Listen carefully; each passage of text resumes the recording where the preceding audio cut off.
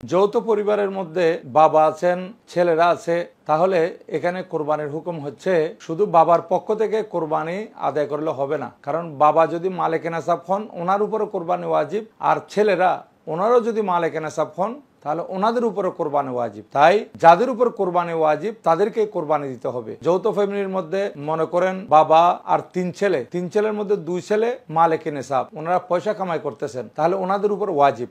আর ওইদিকে বাবা কিন্তু মালিকে নেসাব নন, ছেলেরা টাকা ইনকাম করে বাবার হাতে তুলে দেন, তাহলে এখানে মালিকে নেসাব যারা তাদের উপর কোরবানি ওয়াজিব। সেদিকে আমাদেরকে লক্ষ্য রাখতে হবে যে আমার বাবার নামে আমি কোরবানি দিলে বাবার উপর কোরবানি ওয়াজিব নয় হিসাবে ওইটা আদায় হবে বাবার পক্ষে, কিন্তু এদিকে যাদের উপর কোরবানি ওয়াজিব হয়েছে তারা গুনাহগার হবে। সুতরাং বাবার নামও কোরবানি দিতে হবে, যারা ছেলেরা মালিকে নেসাব তাদের নামও কোরবানি দিতে হবে।